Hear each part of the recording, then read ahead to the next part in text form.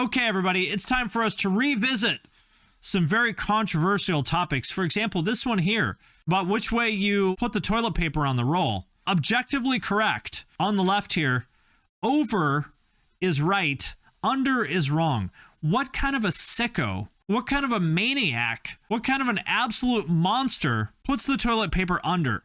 That's my question. I'm the worst kind. I just put it on random and I don't care. Are you serious? That's like just slamming your foot on the accelerator of a semi-truck in a school zone and you're like, oh, I don't care. I just recklessly speed down the street at whatever velocity I want. And if I run over a child along the way, well, that's just one less child, one less mouth this world has to feed. That's who you are, my friend. You're an absolute monster. And today, we're going to talk about some other monsters, or at least alleged monsters, in this list of the most controversial songs of all time. And we'll take a look at some of them, and we will decide, was it merely pointless pearl clutching, or was it actually as bad as people thought it was? And also, I want to thank Cook Unity for sponsoring this video. Cook Unity is the first chef-to-consumer platform delivering freshly prepared, pre-selected meals right to your door weekly. And they're all made fresh every day in regional micro kitchens, not warehouse production facilities.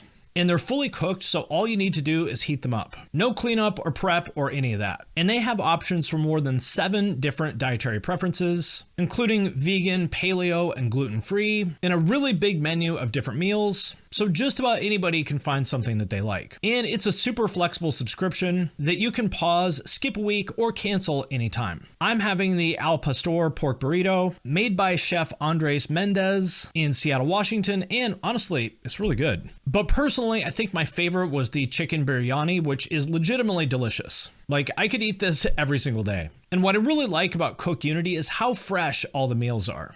It's just like if I made them from scratch, except I didn't have to do all the work. And also they're much better than what I would make myself. And if you want to check it out, go to cookunity.com/fin50 or click the link in the description below and use my code FIN50 to get 50% off your first order of Cook Unity meals to try them out for yourself. The first one that I have to talk about here is Antichrist Superstar by Marilyn Manson.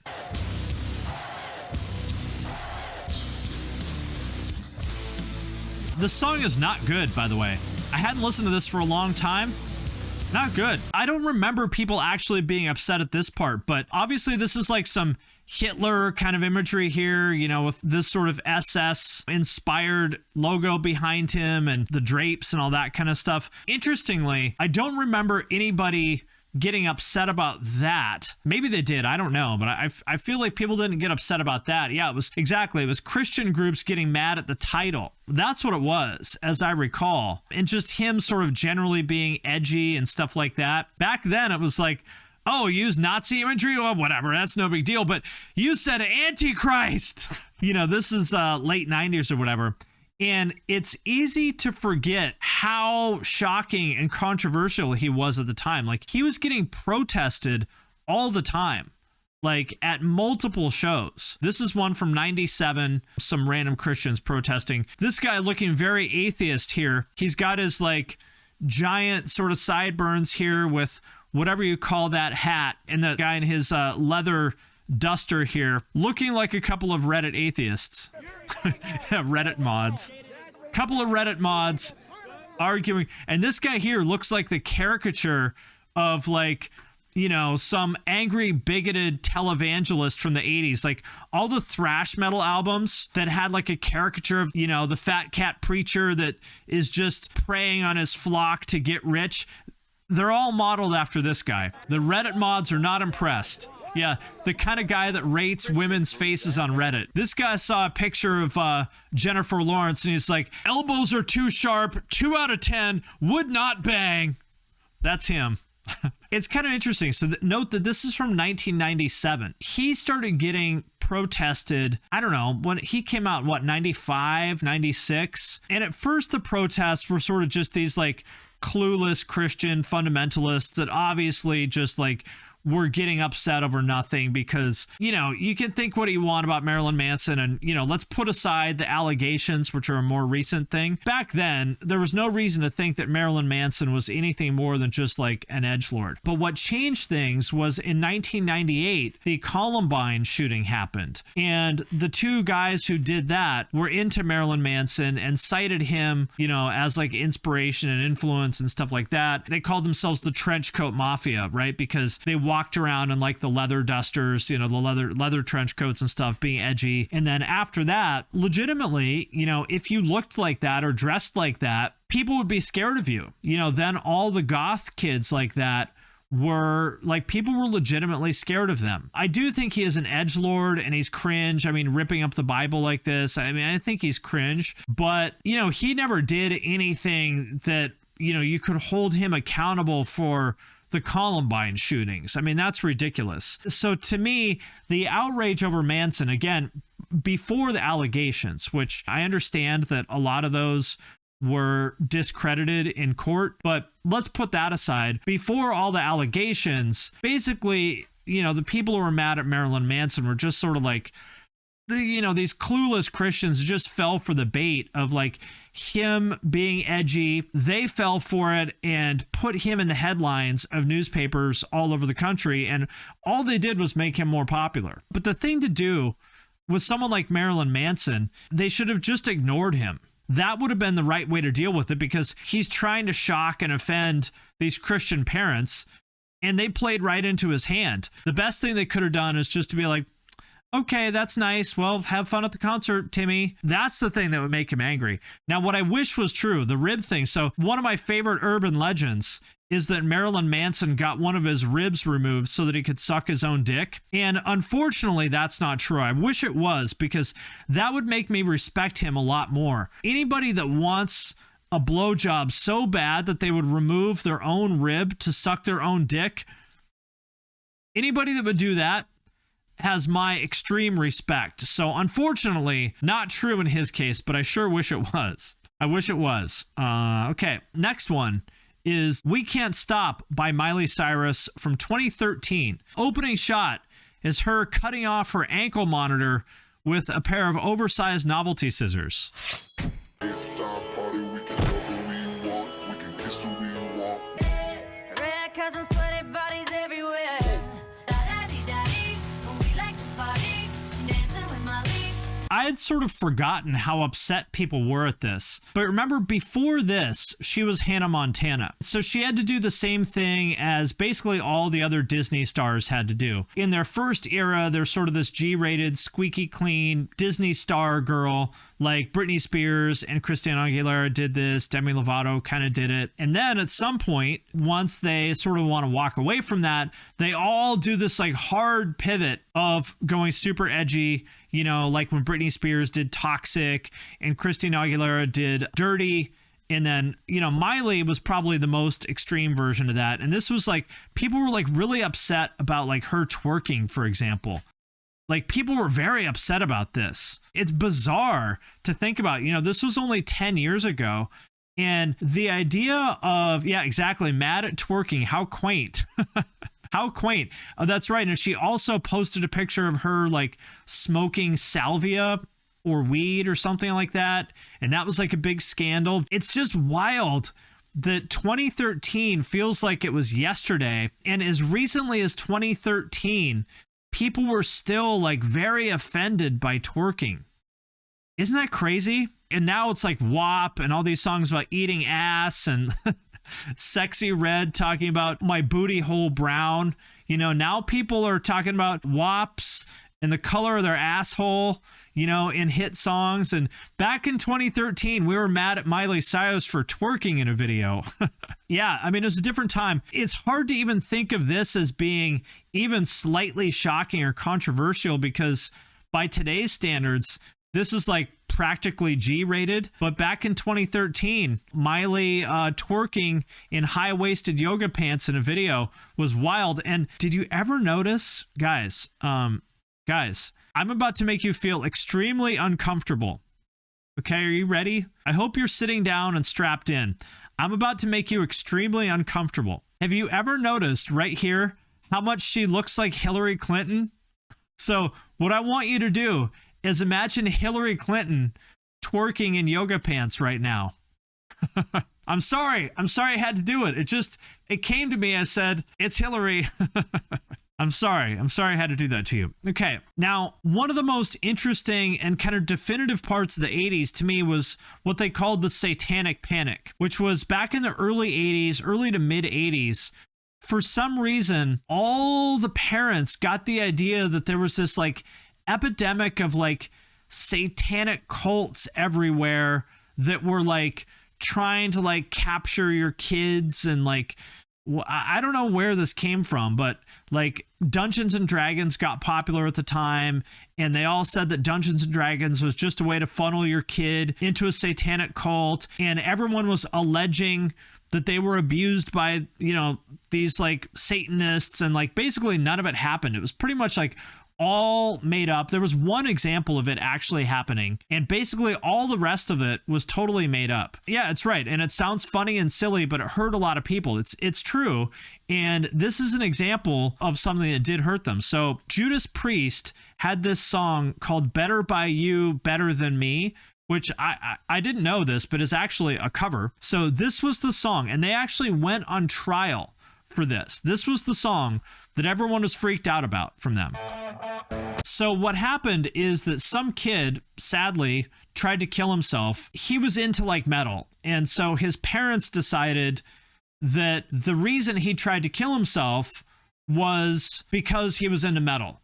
And they got the idea that there were these like, they called it backmasking. For some reason, they thought that if you played this song backwards, that there were these parts of it that said like, do it, get the gun. I don't remember exactly what it was, but they got the idea that there were these like backwards messages in the song that were making people kill themselves, which obviously like was insane. This is just like them covering some 70s song, and the idea of the guys in Judas Priest being, you know, the ringleaders of some satanic cult is absurd, but they actually got sued for it and they had to go to court. So this is Rob Halford singing in court. You know, this was like front page news kind of stuff. If you were a kid in the 80s, like you remember this stuff being on the TV news. He actually had to testify for it. Are you better than me? You can say what I only can see. The is the exhalation of breath. Yes, Is that a normal part of your singing? that's the way I've always sung. That's just my style. Is there some effect that has for the aesthetics of the song? It's just the way it's performed, you know, the emotion involved and the feeling that you give out when you're singing it. I mean, this poor guy's on trial. He's like, I don't know, bitch. It's just a fucking cover song of this like 70s fucking rock band. I don't fucking know. I don't know why I said, at the end of the song. I talked about in the other edition of this, I talked about Suicide Solution by Ozzy Osbourne being another example of this. There was a few of them. They were convinced that these bands like Wasp were trying to like get your kid in league with Satan, and it was all just like insane. Like actually, it's like an example of just like collective insanity that like thousands of people all over the country somehow convinced themselves that these like metal bands were, you know, somehow the leaders of these satanic cults. It was bizarre, and I can't imagine anything like that happening now.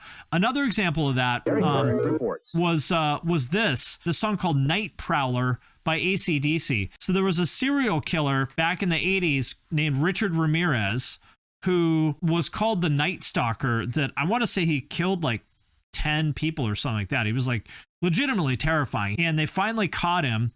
And he said that he was inspired by this AC/DC song called Night Stalker. And again, this was like, you know, national news. AC/DC. Are they mere musicians or accomplices as well? Some media reports have suggested that Richard Ramirez, the so-called Night Stalker, accused of murdering 15 people, was influenced by the AC/DC song Night Prowler.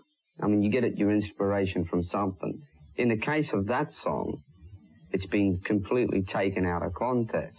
The story come from mainly there was a guy that used to steal underwear off people's laundry lines. That It is Bradley inspired Hall. him. It's just insane to me that, like, how could you look at these just like Australian party dudes, you know, fucking Angus Young wearing his Rocky and Bullwinkle shirt, you know, and schoolboy outfit, and somehow think that they had anything at all to do with this is insane. Look at these guys. Yeah, they definitely look like they wrote this song with the express intent of inspiring a serial killer. That was definitely what they're doing, you know? It's just very odd to me that, again, in like the early to mid 80s, it's just like everybody decided that these like very harmless, like if anything, just kind of goofy metal bands were somehow capable of inspiring people to do these horrible things. Was just honestly bizarre, but that's how it was in the 80s. Now, someone else who more recently inspired controversy twice